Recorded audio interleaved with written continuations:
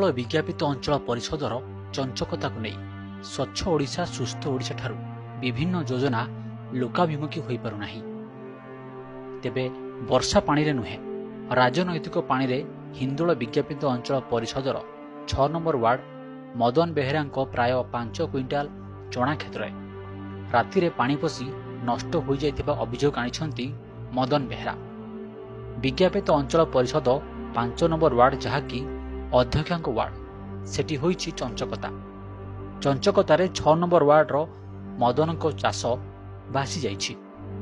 राति अधरे आग पछ किछि विचार न करी राजनैतिक शैली रे बिना टेंडर रे 5 नंबर वार्ड रो दक्षिण बंध को काटी दिया जाइछि।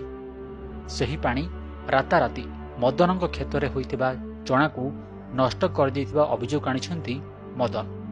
बंध तले एटा गोटे जमी मोर चना पकईली नड़ा पाल सबू एटा अच्छी किंतु बंधटा काटिदेवा फल बंधटा कटा है पानी जो आसला से पानी रे मो चना सब मरिकी नष्ट हो गला आ माने मिलवार चांस ना। मु गोटे चाषी एत दिन 4 मास है खटी खटिकी माने सब मोर बेकार होगला।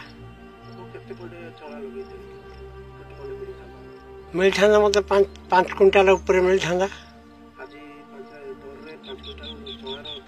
किलो 40 टका से हिसाब से 5 क्विंटाल जहाँ हम दक्षिण बंधर धुंदी नाली तलू से एणिकी मेन रोड साइड रे मुझे से विषय किसी कहीपर से कहते कंट्राक्टरी तार खोल से कटाला एनएस रे मु 2 थर जाकि आपत्ति कली।